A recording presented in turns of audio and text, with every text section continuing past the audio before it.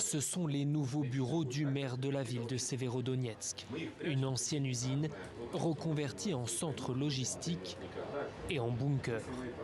Oleksandr Struk a les traits tirés, il vient de passer une nuit blanche. Les bombardements ont redoublé, c'est la différence principale depuis le début de l'offensive. Il y a des attaques constantes sur les positions de l'armée. Ils ont essayé toute la nuit, toute la matinée avec l'appui de leur artillerie.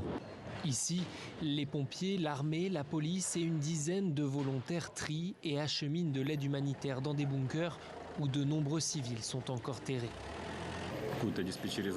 Je ne dois pas seulement gérer l'aide humanitaire, je dois aider la ville à rester en vie.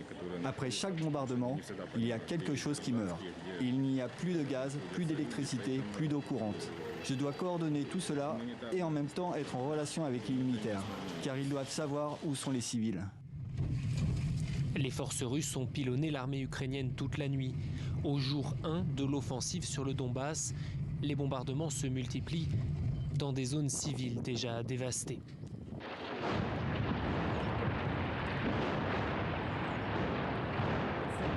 De l'autre côté de la rue, cette habitante nous interpelle. Venez filmer, venez montrer ce qui se passe. On a tout perdu. Notre appartement a brûlé, tout ce qu'il y avait dedans aussi. On souffre, on subit. Quand est-ce qu'on va pouvoir sortir de cet enfer? Ça fait 44 jours qu'on est dans un bunker sous l'immeuble.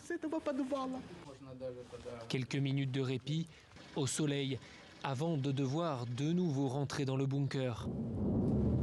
L'artillerie se remet en marche.